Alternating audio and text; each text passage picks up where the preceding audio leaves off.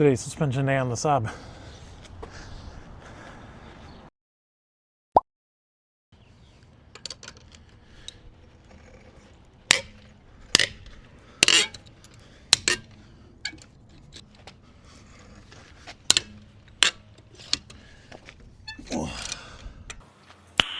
Nice. So one of the things that sucks about this car is it's overpriced.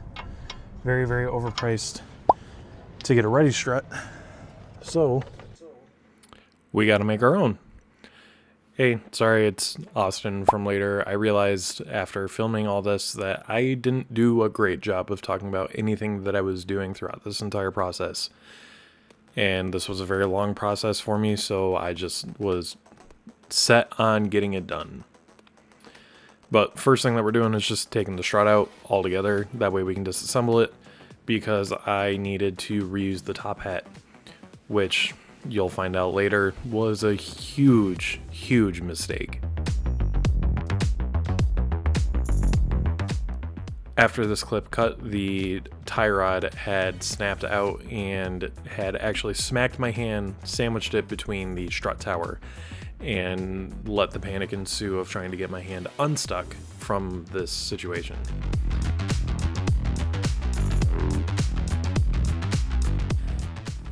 And then now we're on to the actual disassembly. Throwing the compressors on to get the top hat off, that way we can reuse the top hat.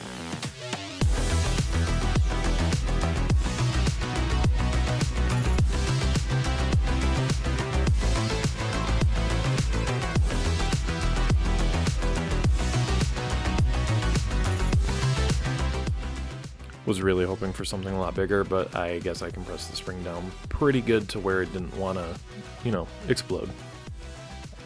We were playing a game of can we make the Audi catch the stock spring.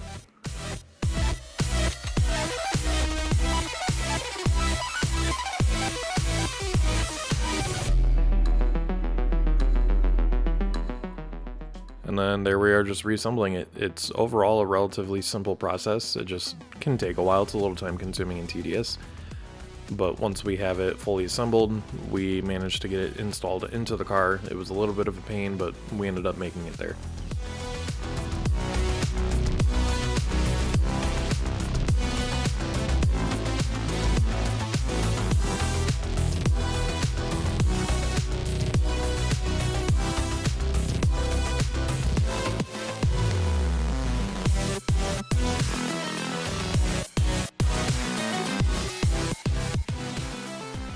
After a lot of trial and error, we did get the strut tower in, and by trial and error, we had to spin the top hat because they couldn't be bothered to make it symmetrical.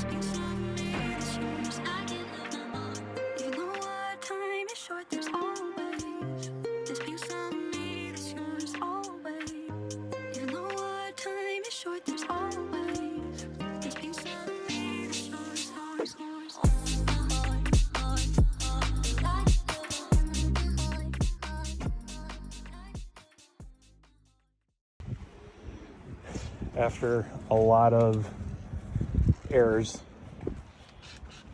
we're at a standstill.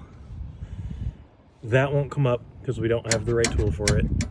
That broke, won't be here for a couple days. And now his bit is stuck.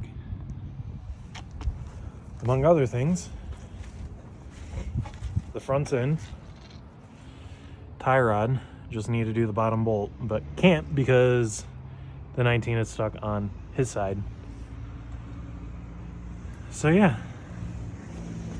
I guess in the meantime, we'll come back to this another day. We are now 2 weeks later into that last clip you saw where the rear top hat started crumbling. We had to reorder the part, wait for some decent weather, which we finally have today. It's still chilly, but hey, it's sunny, so there's that. So today we're going to finally get the Saab running again safely so it's not held together with one single bolt like it is right now. We did end up getting his bit unstuck from his impact driver. We did learn our lesson on that one. This is a whole process of us learning, and as you saw, it got dark by the time we were wrapping up the car. It took us that long because the rears, as I stated, were crumbling, physically crumbling. So now 2 weeks later, we are back at it with new top hats for the rear. Still no new ones for the front, which will be discussed coming up here in a minute. But after a very long process, we did end up getting it out. The driver's side was a lot more difficult than the passenger side. It was more of a pain, but we ended up getting it. The passenger side we got done super quick.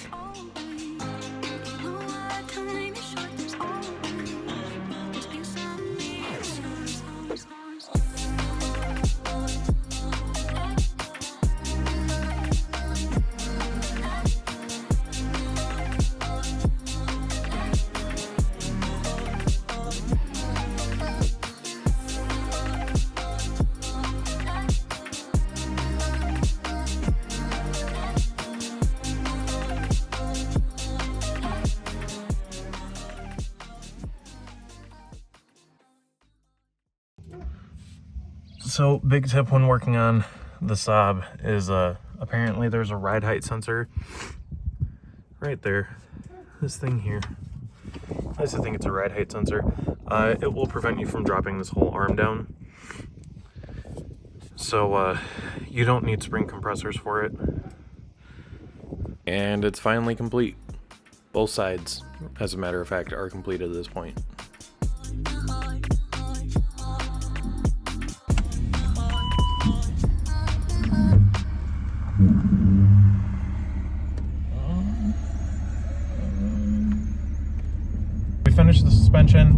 not show the rear passenger just because I got it done and over with. It took me less than 30 minutes to get done. It was a lot easier than the driver's side, trust me.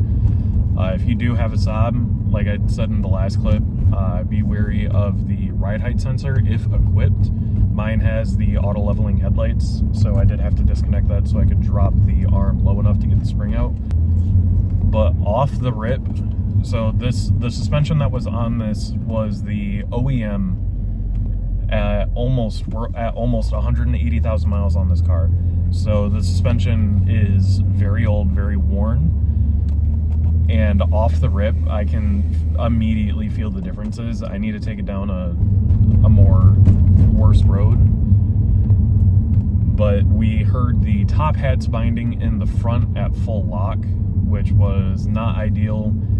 I kind of forgot to order new top hats for this car for the front as well as the rear. Obviously, that's why it took 2 more weeks. But just driving it around, I can feel the height difference. The next thing I really want to do to this car is get the air suspension put on this, but we're gonna enjoy this as is for a while, feel a little bit of OEM. For the next and final test before we go park this, because it does not have an alignment on it, although I will say it's driving pretty damn straight. We're taking it down the most notoriously bumpy road around this area, which you may or may not be able to hear right now.